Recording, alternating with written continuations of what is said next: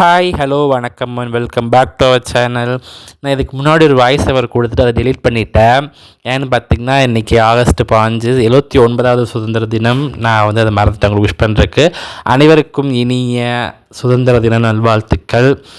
எனக்கு இன்னொரு விஷயம் என்ன பாதிச்சதுன்னு பார்த்திங்கன்னா, இந்த டெல்லியில் வந்து டாக் வந்து எல்லாத்தையும் அரெஸ்ட் பண்ணி கொண்டு போய் கொல்ல போகிறாங்கன்னு சொல்லியிருந்தாங்க.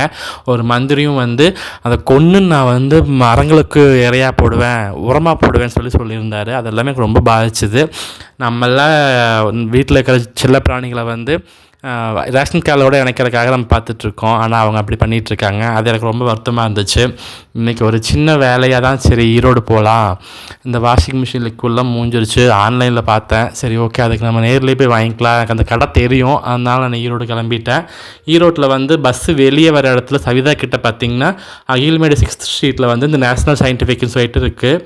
இது இப்போ தான் ஃபஸ்ட் டைம் வாங்குகிறேன். இதுக்கு முன்னாடி ஒரு 4 வருஷத்துக்கு முன்னாடி வாங்கினேன், நல்லா தான் இருந்துச்சு. அது வாங்கிட்டு அப்படியே நான் வந்து அப்படியே ஹோட்டலில் சாப்பிட்டேன். ஹோட்டலில் எங்கள் அம்மாவுக்கு தெரியாது, இன்றைக்கி நான்வெஜ் தான் சாப்பிட்டேன்.